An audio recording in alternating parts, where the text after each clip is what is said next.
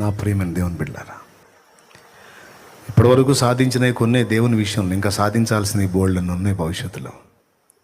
వాటిని సాధించడానికి ముందుకు పరిగెత్తాలి. కొద్ది గొప్ప సేవ చేస్తే, కొద్ది గొప్ప పరిచర్య చేస్తే ఆ అల్ప పరిచర్యతో తృప్తి పడకూడదు, ఇంకా చేయాలి.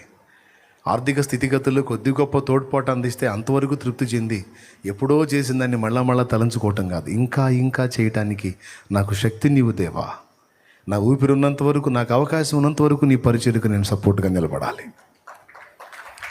నేను వెళ్ళాలి లేదా వెళ్ళే వాళ్ళని పంపించడానికి నాకు సపోర్ట్ ఇవ్వు, నా చేతుల్ని బలపరచు.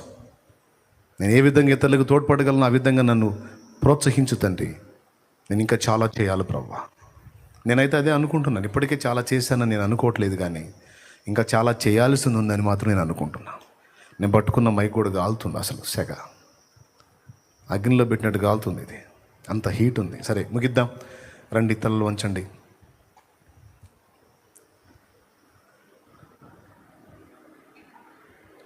ఒక చిన్న ఆలోచన చేద్దాం, ఈరోజు ప్రార్థన చేద్దాం. దేవా, నువ్వు మాట్లాడిన ప్రతి మాట కొరకై కృతజ్ఞత స్తోత్రాలు తండ్రి అంటూ ముందు చెప్పినటువంటి విషయాలు మన మనసులో పెట్టుకోండి. మన పరిచర్య విషయంలో 4 సంగతులు: ప్రార్థించుట, సమృద్ధి దేవుడు అనుగ్రహించుంటే తోడ్పడుట, మూడవది మెసేజెస్ని, 4వది ప్రార్థన విజయాన్ని అనేకులకు పాస్ చేయుట, షేర్ చేయుట. ఈ 4 సంగతులు.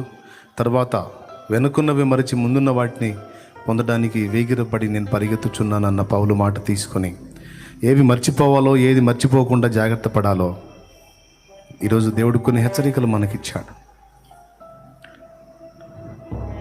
మన దోషాలు దేవుడు క్షమించాడు.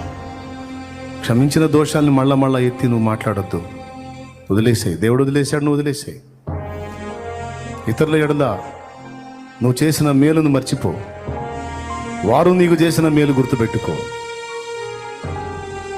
ఇతరులు నీ ఎడల చేసిన కీడును మర్చిపో, అపకారాన్ని మనసులో ఉంచుకోవద్దు, పోనీలే అనుకో. ఏ స్థితి నుంచి దేవుడు నిన్ను తీసుకొచ్చాడో అది మర్చిపోవద్దు.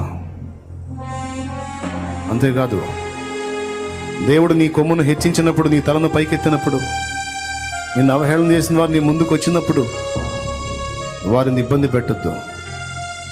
క్షమించి యోసేపు అన్నట్టు నేను మిమ్మల్ని పోషించేదను అను, నేను మిమ్మల్ని ఆదుకుంటాను అను. ఆఖరిగా దేవుని కొరకు నువ్వు ఎంత చేశావో అది మర్చిపో, ఇంకెంత చేయాలో దాని గురించి ఆలోచించు. ఆ రోజు అంత చేశాను, ఈరోజు ఇంత చేశాను, అలా చేశాను, ఇలా చేశాను, ఇవన్నీ పక్కన పెట్టాయి. ఇంకా వరల్డ్ అంతా చేయాల్సింది ఉంది. నీకు ఆయుష్ ఉంది, ఆరోగ్యం ఉంది, దేవుడిచ్చిన అవకాశాన్ని వినియోగించుకో. అలాగే దేవునితో చేసిన తీర్మానాలు రద్దు చేసుకోకుండా జాగ్రత్త పడు. ఆ తీర్మానాలు స్థిరపరచమని ప్రార్థన చేయి. సేవలోకి వచ్చి కూడా వెనక్కి జారిపోయిన వారికి హెచ్చరిక. దేవుడు మళ్ళొక్కసారి నేను దర్శిస్తున్నాడు. సరి చేసుకొని తిరిగి దేవుని సేవ వైపు మళ్ళు.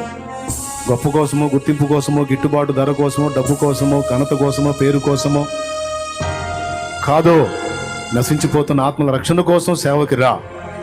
అప్పుడు ఇక ఎట్టి పరిస్థితుల్లో వెనక్కి తిరగవు. దేవుడు నమ్మదగిన వాడు, తప్పకుండా నిన్ను ఆదుకుంటాడు, పోషిస్తాడు.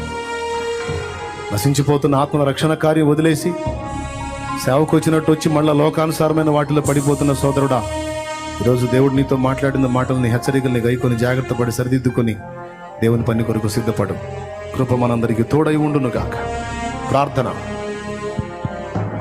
సర్వాధికారివైన మా తండ్రి, సర్వోన్నతుడా, నీకు వందనాలు, స్తుతులు, స్తోత్రాలు.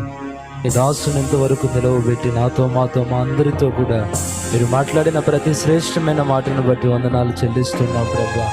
విన్న ప్రతి మాట మా హృదయాల్లోనికి తీసుకుని ఈ రోజు నుంచి ఆ విధంగా బ్రతకడానికి కృపను అనుగ్రహించండి ప్రభా.